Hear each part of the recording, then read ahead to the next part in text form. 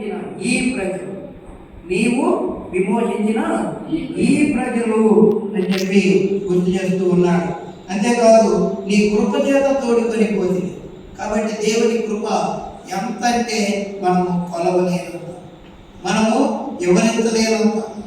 ఆయన యొక్క కృప ఎంతంటే భూమి పైన ఆకాశం ఎంత ఎత్తుగా ఉందో అంతకంటే ఉన్నతమైనటువంటి కృప.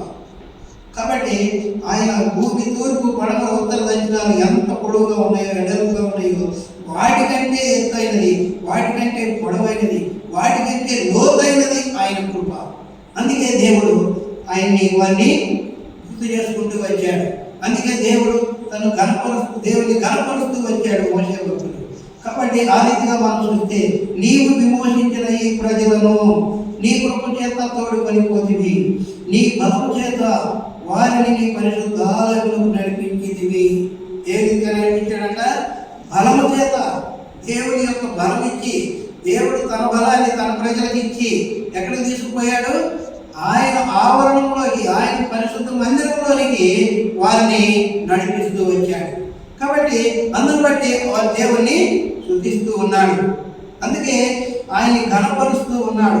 అందుకే 11వ వచనంలో చూస్తే, యెహోవా వేర్కోని వంటి వాడెవడు, పరిశుద్ధతను బట్టి నువ్వు మహానీయుడు, స్తుతి కీర్తనను బట్టి పూజ్యుడు, అద్భుతములు చేయువాడవు, నీ బట్టి వాడు ఎవడు అని చెప్పి దేవుని ఘనపరుస్తూ ఉన్నాడు. కాబట్టి మన జీవితంలో కూడా దేవుడు మనల్ని కూడా ఏం చేస్తూ వచ్చాడు? విమోచిస్తూ వచ్చాడు. ఎక్కడి నుంచి విమోచించాడు? పాపము నుంచి మనల్ని దేవుడు విమోచించాడు.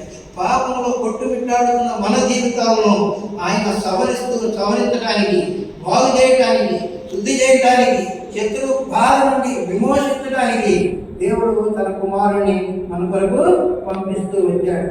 అందుకే నిర్గమకాండము 4:30 చూస్తే, మనల్ని విమోచించను